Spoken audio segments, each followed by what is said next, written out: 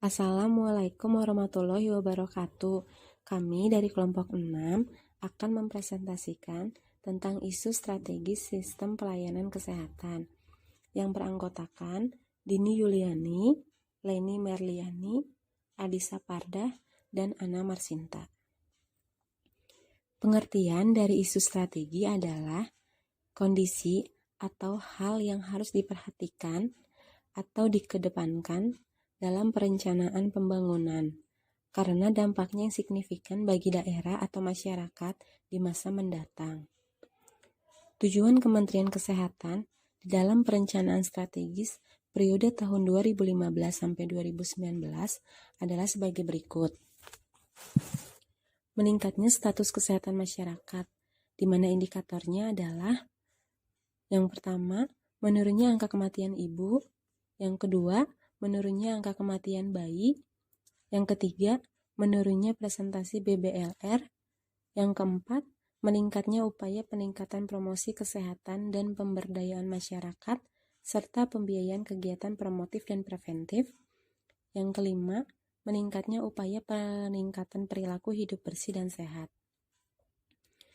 Sedangkan tujuan yang kedua adalah meningkatnya daya tanggap dan perlindungan masyarakat terhadap risiko sosial dan finansial di bidang kesehatan. Indikatornya adalah yang pertama, menurunnya pelayanan kesehatan, dan yang kedua, meningkatnya kesehatan. Sasaran strategis itu ada 5. Yang pertama, meningkatnya kesehatan masyarakat. Sasaran yang akan dicapai adalah meningkatnya presentasi persalinan, menurunnya presentasi ibu hamil, dan meningkatnya perilaku hidup bersih dan sehat atau disingkat dengan PHBS. Sasaran yang kedua adalah meningkatnya pengendalian penyakit.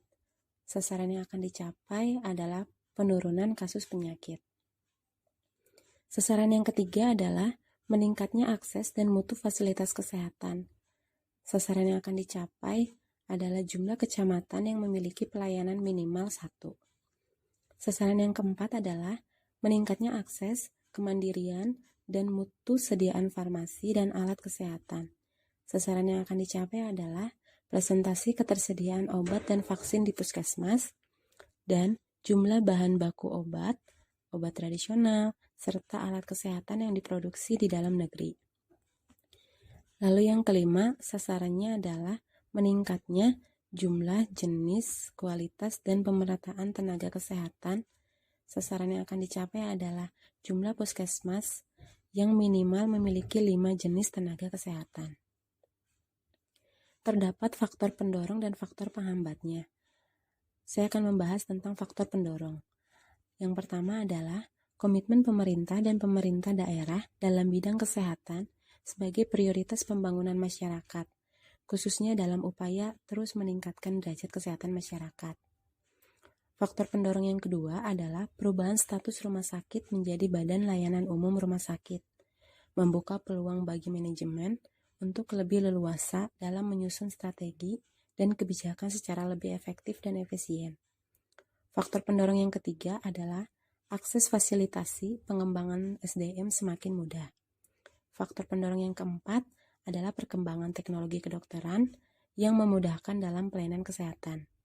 Faktor pendorong kelima, adanya perhatian masyarakat yang semakin luas dan mudah guna meningkatkan kualitas pelayanan kesehatan kepada masyarakat. Faktor penghambatnya ada 3. Yang pertama, sarana dan prasarana yang belum sesuai dengan standar medis yang telah ditentukan.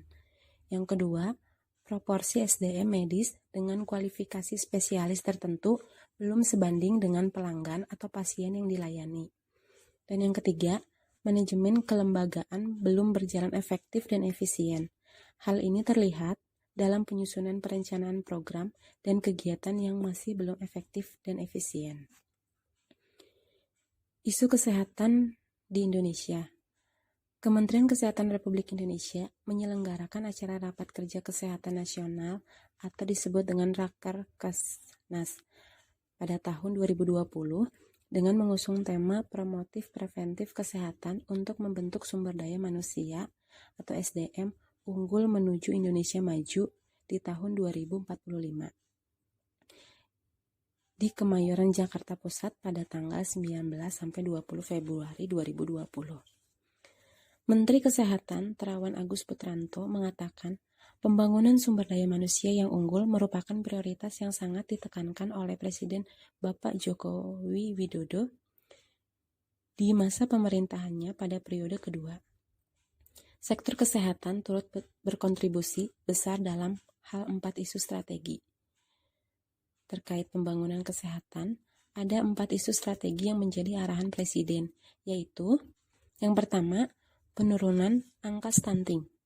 Dalam hal penanganan stunting dan percepatan penurunan AKI-AKB, kolaborasi antar lintas sektor sangat berperan penting mengingat intervensi spesifik yang menjadi tanggung jawab Kementerian Kesehatan hanya berkontribusi 30%, sedangkan 70% merupakan kontribusi dari multisektoral dalam bentuk intervensi sensitif. Lalu yang kedua, kematian ibu dan bayi. Upaya-upaya kolaborasi antara lain terkait ketersediaan sumber pangan, ketersediaan air bersih dan sanitasi, pemberdayaan masyarakat, peningkatan pengasuhan di tingkat keluarga dan masyarakat, peningkatan kesejahteraan masyarakat tidak mampu, pemberdayaan perempuan dan wajib belajar 12 tahun. Selain itu, peningkatan peran perempuan dalam sosial ekonomi, peningkatan kesehatan reproduksi remaja dan calon pengantin, serta peningkatan peran tokoh masyarakat dan agama. Yang ketiga, perbaikan pengelolaan sistem JKN. Terkait pengelolaan sistem JKN, pemerintah menjamin akses pelayanan bagi masyarakat miskin dan tidak mampu melalui pemberian bantuan iuran program JKN. Cakupan kesehatan semesta atau UHC mempunyai arti bahwa seluruh masyarakat memiliki akses ke pelayanan kesehatan yang mereka butuhkan, kapan saja dan di mana saja mereka membutuhkannya tanpa kesulitan finansial.